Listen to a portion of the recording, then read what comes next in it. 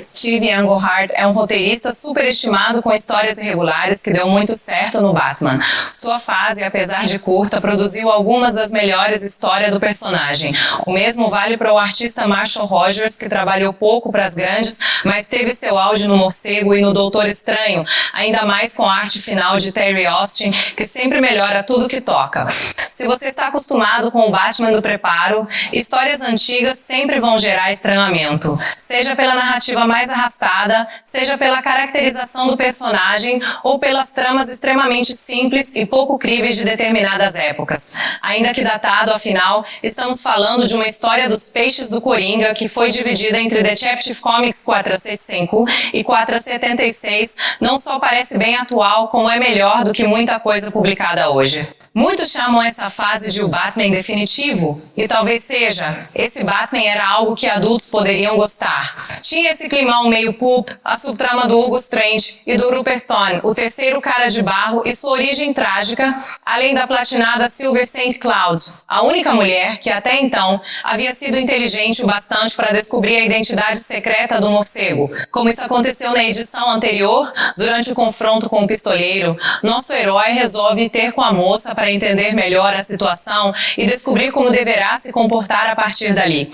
Como a moça de toalha alegava desconhecer o motivo da visita, ele ficou sem ação e deu uma de João sem braço. Mal sabia ele que Silver só estava tentando arranjar uma desculpa para fugir dele e de todo o ciclo de caos que o cerca. A partir disso, vários peixes sorridentes começam a aparecer. Todos ficam apavorados porque, além de se tratar da marca registrada do Coringa, o príncipe palhaço do crime aparece querendo registrá-los. No escritório de registro de marcas e patentes, ele ouve que não pode registrar recursos naturais, mas ele bate o pé e decide que, caso não consiga o que quer, vai matar todos os responsáveis pelo escritório, um de cada vez. Por mais interessante que seja a história, é sempre bom lembrar que ela é reciclada do final de sua passagem pelo Capitão América, onde o Caveira Vermelha fez algo semelhante.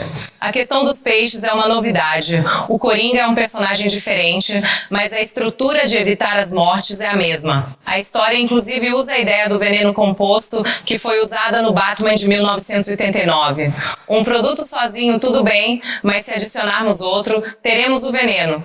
Como Englehart fez um dos tratamentos do roteiro, a segunda vítima foi morta pelo próprio gato, afetado pelo peixe. Pode até ser um exagero, mas é um dos interessantes. Quando todos pensamos que o bicho atacou o Batman, vemos que ele reconheceu seu dono travestido de morcego. É uma bela quebra de expectativa. Falando em quebra de expectativas, a história tem uma trama paralela em que Silver St. Cloud pega uma carona com o chefão Thorne, que a expulsa após ter tecido alguns elogios ao Batman. Enquanto ela começa a dar um jeito de voltar para casa, Hooper encontra o fantasma de Hugo Strange. O desafeto que ele mandou matar edições antes resolve retribuir o favor. Enquanto isso, o Coringa se infiltra na chefatura de polícia e quase mata o chefe O'Hara, o que o leva a um confronto com o vigilante de Gotham. Segue-se uma batalha pelas escadas de incêndio de uma rua da cidade. Um combate suicida, afinal, o dia está chuvoso e ferro é escorregadio. A dupla termina numa viga levantada por um guindaste. O herói consegue se safar do vilão, que acaba sendo atingido por um raio. Não é a primeira vez que o Coringa é jogado ao mar, nem dado como morto, mas foi a primeira vez que Silver teve a chance de presenciar as esquisitices perigosas do seu namoradinho. O casal finalmente tem a conversa que estavam enrolando e ela deixa bem claro que aquilo não é pra ela. No melhor estilo Casablanca, ela toma seu rumo e deixa o cruzado encapuçado com seus solilóquios e monólogo internos. Apesar de ter sido citada no audiovisual, suas aparições nos quadrinhos não só foram extremamente curtas, como ela só foi escrita por Englehart. Se não me engano, ela só voltou por volta de 2000, na mini Batman Dark Detective, que funcionava como uma continuação direta dessa fase. O autor saiu do título e levou sua criação. Rogers ainda continuou por algumas edições e foi um dos responsáveis, junto com Len Wein, pela criação do terceiro cara de barro. Steve Englehart pode até ser um roteirista de mediano para medíocre, mas tem boas ideias que se casam com o Batman. Sua passagem foi extremamente curta, porém memorável.